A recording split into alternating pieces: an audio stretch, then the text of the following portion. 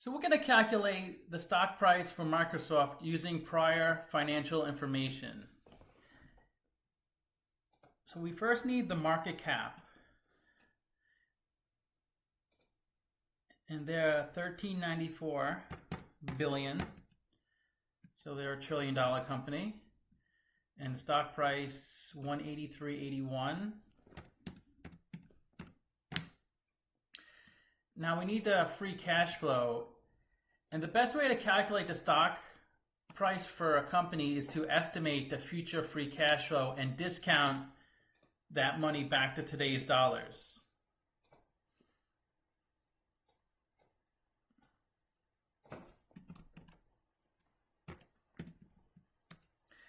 And next we need net income for the model. And the reason we don't forecast net income is because the income statement reports non-cash items and it uses accrual accounting, which can make it really difficult to value a company. And lastly, we need revenue.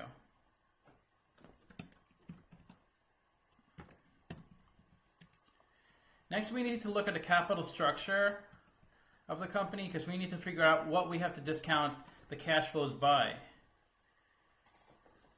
So let's look at how much debt Microsoft has. 2.7 billion of interest payments on the debt.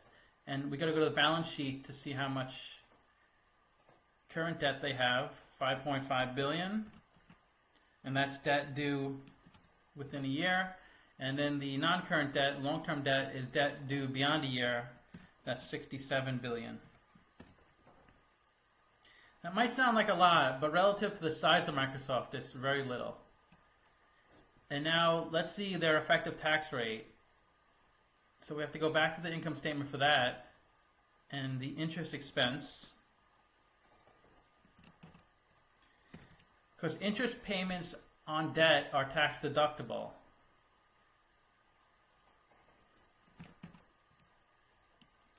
So we have to reduce the interest by the effective tax rate. So even though they pay 3.72% interest on the debt, it's deducted 10.18%. So the cost of the debt is 3.34%. And now we have to find out the cost of equity. And we need the beta to figure that out. Yeah, they have a good beta, 0.95 as expected. So the cost of equity is a lot more than the cost of debt. The cost of equity is 9.62% and the cost of debt is 3.34%. Because equity is more expensive than debt since it has a lower priority in the capital structure of the company and therefore it's more risky. And you can see their debt, percentage of debt is only 5.2%. And the general rule is you want a company with less than 50% debt in their capital structure. So 5% is great. That means they're not leveraged at all and they could handle if there was a setback because they don't have to pay those interest payments to the debt holders. So the weighted average cost of capital for Microsoft is 9.31%.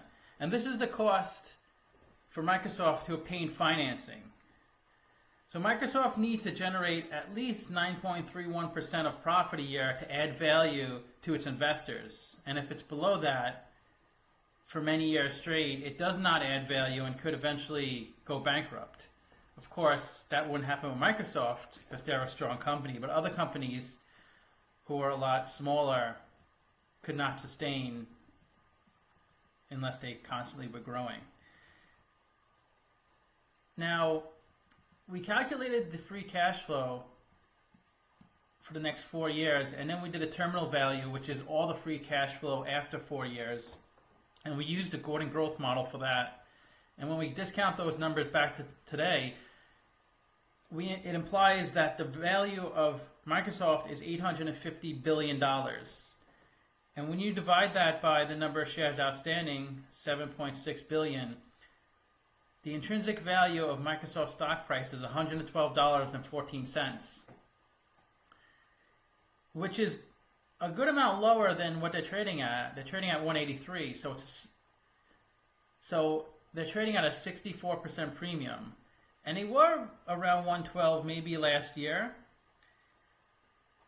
But you have to remember that the current stock price usually does not line up with the intrinsic value, because investors like us, we may feel the future of the company does not warrant a stock price of $112. We feel it warrants $183. Supply and demand of the market drives the stock price, not what it's worth. It's what people say it's worth. And if you do research on a company like Microsoft or any company, you may see 5 analysts that say buy the stock, and then you'll see another 5 analysts that say sell the stock. And each analyst used their own model and assumptions to come up with that buy or sell. You never actually see the model. This is my model and my opinion. So I hope you liked the video, and please come back again.